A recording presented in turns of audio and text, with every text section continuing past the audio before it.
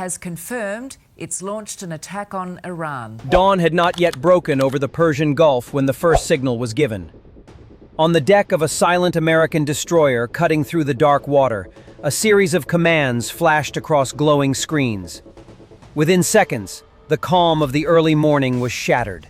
A hatch opened, a column of fire erupted, and the first cruise missile rose into the sky. Then another, and another. In less than 2 minutes, dozens of missiles were already racing across the night toward targets hundreds of kilometers away.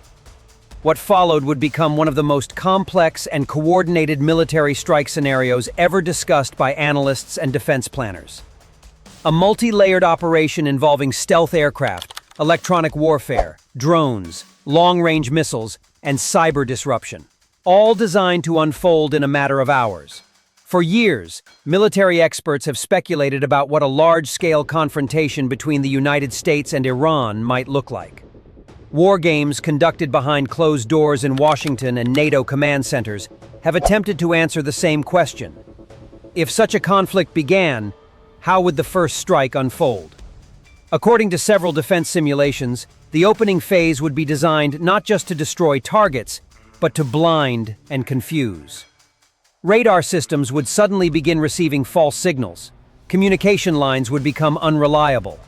Surveillance networks would struggle to separate real aircraft from electronic decoys.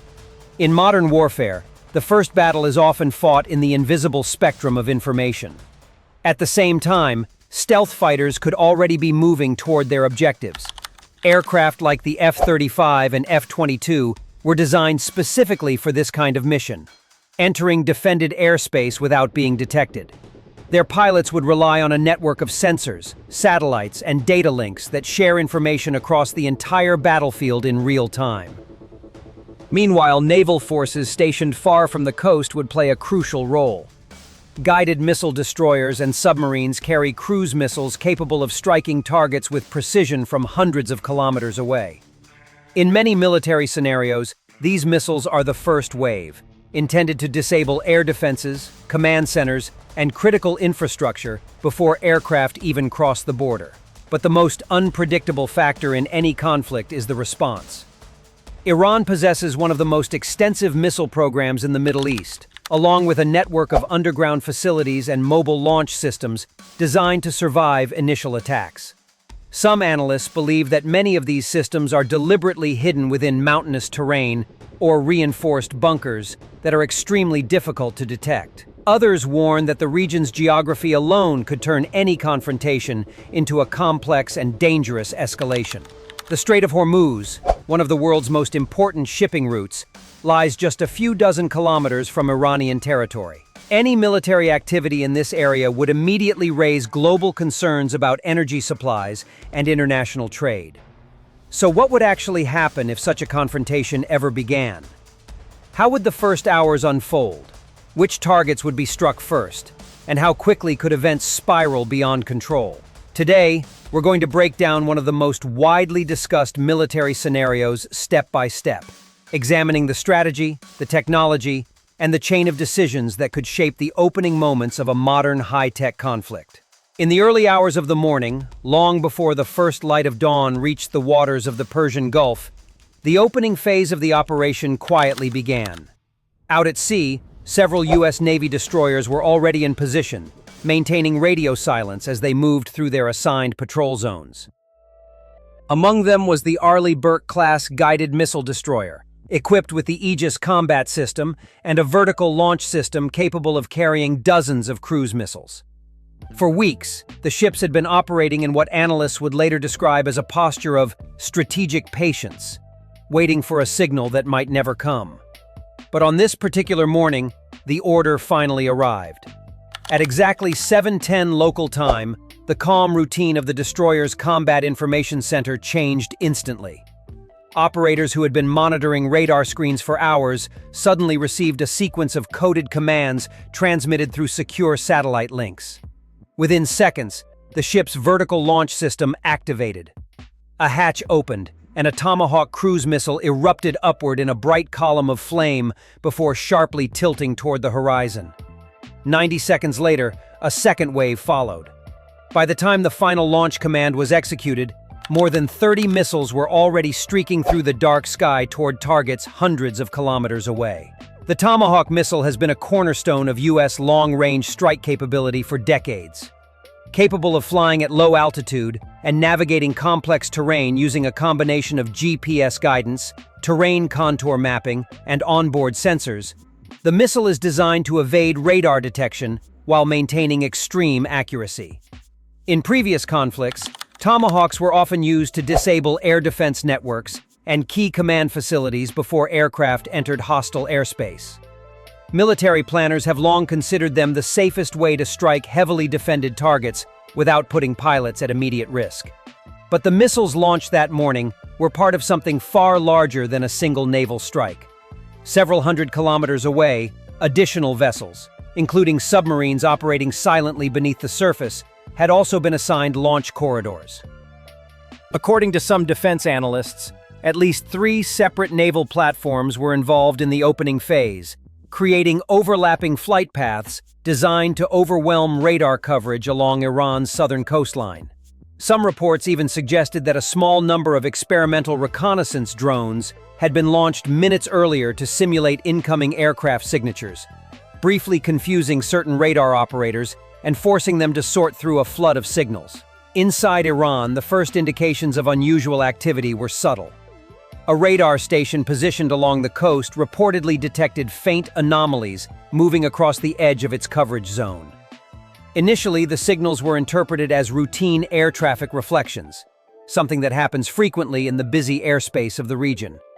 Cruise missiles flying at extremely low altitude can appear almost indistinguishable from background noise on older radar systems, especially when electronic interference is present. At the same time, electronic warfare aircraft operating far outside Iranian airspace were believed to be transmitting specialized signals designed to disrupt parts of the detection network.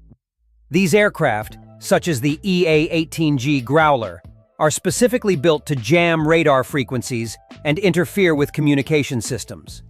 While they remained well beyond the range of most ground defenses, their electronic footprint could still reach deep into contested areas. Within minutes, the missiles were already crossing the coastline, navigating valleys, deserts, and industrial corridors on their programmed routes. Each missile carried detailed digital terrain maps, allowing it to adjust altitude and direction automatically. Some military simulations suggest that modern cruise missiles can maintain accuracy within just a few meters of their intended target. For defense operators on the ground, the realization came suddenly. What had first appeared to be scattered signals began forming a clear pattern. Multiple fast-moving objects approaching from different directions at once. By the time confirmation reached regional command centers, the missiles were already deep inside the country's airspace, leaving very little time for a coordinated response. The opening phase of the operation had achieved its most important objective: surprise. Inside the regional air defense command centers, the first minutes after the initial radar anomalies were filled with uncertainty. Operators stared at their screens, trying to determine whether the signals were real targets or simply interference. Iran has spent decades building a layered air defense network designed to detect and intercept incoming threats, combining domestically produced systems with equipment originally developed in Russia and China. In theory, this network was meant to provide early warning across large portions of the country, especially along the southern coastline facing the Persian Gulf. But like most air defense systems in the world, its effectiveness depended on time. Time to identify a threat, time to communicate the warning, and time to launch interceptors. At first, the radar stations closest to the coast struggled to classify what they were seeing. Cruise missiles flying at extremely low altitude are notoriously difficult to detect, especially when they approach over water or terrain that creates radar clutter. The Tomahawk missiles moving inland were following pre-programmed routes that kept them close to the ground, sometimes just tens of meters above the surface.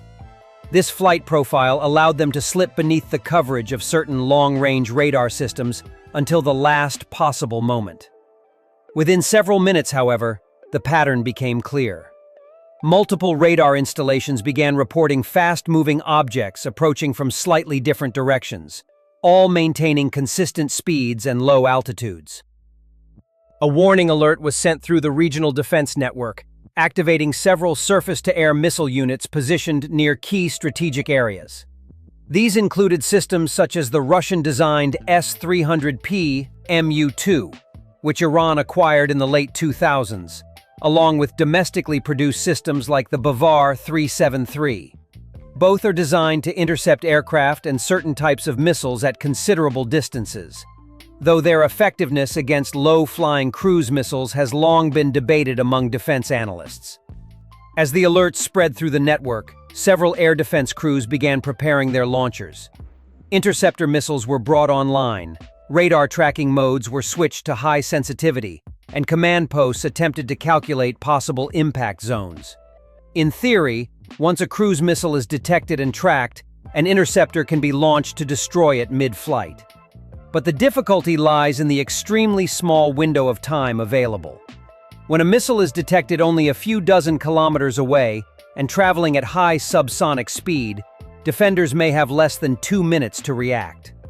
At the same time, the situation was becoming even more confusing. Electronic warfare signals were reportedly interfering with certain radar frequencies, causing intermittent loss of tracking data. Some radar operators described brief moments when targets would appear and disappear from the display. In a few cases, additional signals resembling small drones were detected in nearby sectors.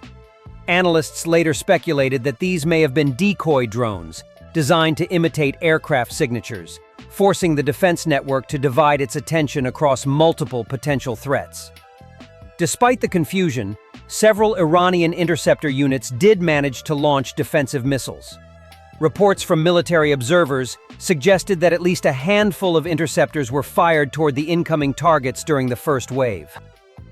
Surface-to-air missiles streaked upward from concealed launch positions, their guidance radars attempting to lock onto the approaching cruise missiles. In at least 2 instances, defensive crews believed they had successfully destroyed incoming objects, as brief explosions were observed on radar returns. However, cruise missiles traveling in coordinated groups can complicate defensive calculations. When multiple missiles approach simultaneously from different angles, radar systems must constantly switch tracking priorities. Some missiles may pass through sectors where interceptors are already engaged with other targets. Others may briefly disappear behind terrain features such as hills or urban structures, breaking radar lock long enough to continue their flight. Within the defense network, communication traffic intensified as commanders tried to determine how many missiles had actually been launched and which locations were under the greatest threat. Some units requested permission to reposition mobile launchers toward predicted impact corridors. Others attempted to establish more reliable communication with radar stations that were experiencing intermittent signal disruption. For the defenders, the situation had become a race against the clock. Every passing minute meant the missiles were moving deeper into the country, reducing the time available for interception. Even a highly capable air defense system can be strained when faced with multiple simultaneous targets, electronic interference, and incomplete information. In those first chaotic moments, Iran's air defense forces were attempting to do what every defense network in the world is designed for: detect, identify, and intercept. But the attackers had carefully structured the opening strike to make each of those steps as difficult as possible. While the first wave of cruise missiles was still moving toward its targets, the next phase of the operation was already unfolding hundreds of kilometers away in the air. Several formations of strike aircraft had been holding in carefully calculated positions outside Iranian airspace, waiting for confirmation that the initial missile barrage had disrupted enough of the defense network to open a temporary corridor. Among the aircraft involved were F-15 strike fighters, F-35 stealth aircraft, and carrier-based F-15E Super Hornets, operating from a US Navy carrier group positioned in the northern Arabian Sea. The timing of their movement was critical. Enter too early, and they risked encountering fully operational air defenses. Wait too long, and the window created by the missile strikes might close. According to most military doctrines, Once long-range missiles begin degrading radar systems and command nodes, strike aircraft can move closer with a significantly reduced risk of detection. This does not mean the airspace becomes safe, but it becomes manageable. That was the calculation behind the next stage. Shortly after the missile launches reported earlier, the first aircraft began crossing predetermined approach corridors, flying at high altitude before gradually descending toward their designated targets. One of the primary roles during this stage belonged to stealth aircraft, such as the F-35. Designed with radar-evading shapes and special surface coatings, these aircraft can operate much closer to defended areas than traditional fighters. Their true advantage, however, lies in their sensor systems. The aircraft constantly collects data from radar, infrared sensors, satellites, and other aircraft, merging it into a single picture of the battlefield. In modern combat, this ability to share information can be as important as weapons themselves. Pilots in different aircraft can see the same threats and targets almost instantly. As the strike groups approached the region, several aircraft began identifying key locations that had been pre-selected by planners. These included military headquarters, logistics facilities, missile storage sites, and infrastructure supporting Iran's naval forces along the coast. Analysts have long argued that in any major confrontation, the early priority would be disabling the systems that allow commanders to coordinate their forces. Destroying individual weapons can slow an enemy down, but disrupting communication networks can paralyze entire units. One of the targets reportedly identified during the operation was a large administrative complex associated with defense coordination near Tehran. Military planners believed that certain planning and communications functions operated from this location, although much of the country's strategic command infrastructure is believed to be dispersed across multiple hardened facilities. Precision-guided munitions were selected for this type of strike. Aircraft carrying small-diameter bombs, such as the GBU-39, were able to release several weapons in a single pass, each guided by GPS toward a separate point within the complex. These weapons are designed to penetrate roofs and reinforce structures before detonating, minimizing the number of aircraft required to attack a heavily built target.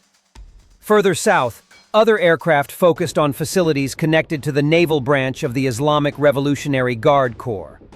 This force operates a large number of small, fast attack craft designed for operations in the narrow waters of the Persian Gulf and the Strait of Hormuz. Military analysts have frequently noted that these vessels, while individually small, can present serious challenges if deployed in large numbers. As a result, several coastal bases and storage areas had been marked as priority targets in many defense simulations. Strike aircraft approaching these areas released a combination of guided bombs and standoff weapons designed to reach fortified shelters. In at least one reported case, a heavier weapon similar to the GBU-31 Joint Direct Attack munition was used to penetrate a reinforced structure believed to house multiple high-speed patrol boats. Satellite imagery analysts later suggested that the weapon struck the entrance of the shelter, causing structural collapse within part of the facility. At the same time, carrier-based aircraft were assigned to attack port infrastructure farther along the coast. Ports such as Chabahar and Bandar Abbas have long been considered strategically important due to their access to shipping routes and naval logistics. Destroying fuel storage areas, communication towers, or command posts in these locations could significantly reduce the ability of naval units to coordinate movements in the early hours of a conflict. Precision weapons guided by GPS and laser targeting were used to strike selected installations around these ports. While these strikes were taking place, another critical mission was underway: locating and destroying mobile missile launchers. Iran's missile forces rely heavily on transporter erector launcher vehicles, often called TELs, which can move between concealed positions and fire ballistic missiles before relocating again. Because of their mobility, these systems are among the most difficult targets to eliminate. Intelligence sources, satellite imagery, and electronic signals are often used together to identify potential launch sites. In mountainous regions such as Kermanshah and parts of western Iran, strike aircraft equipped with advanced targeting pods began scanning valleys and roads for signs of these vehicles. Some of the aircraft involved carried precision glide bombs, developed specifically for long-range accuracy. These weapons can be released many kilometers from the target, allowing the aircraft to remain outside the reach of certain defenses. According to several speculative reports, at least a few suspected launch vehicles were struck during this phase, although confirming such targets is notoriously difficult due to camouflage and rapid relocation tactics. Another category of targets involved facilities connected to drone production and storage. Iran has invested heavily in unmanned aerial vehicles over the past decade, developing reconnaissance drones and loitering munitions that have been used in several regional conflicts. Some analysts believe that large warehouses and assembly areas store hundreds of these systems at any given time. During the strike operation, several of these locations were reportedly attacked using a combination of JDAM bombs and smaller precision weapons capable of penetrating reinforced roofs. Beyond the physical destruction of equipment, the operation also included attempts to disrupt communication networks.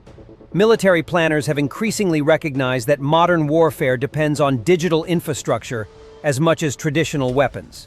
Fiber optic lines, radio relay stations, and data hubs can all serve as critical links between commanders and their units. In several reported cases, strikes were directed against facilities believed to host communication relays used by military command networks. By damaging these nodes, planners hope to slow the flow of information across large areas of the country.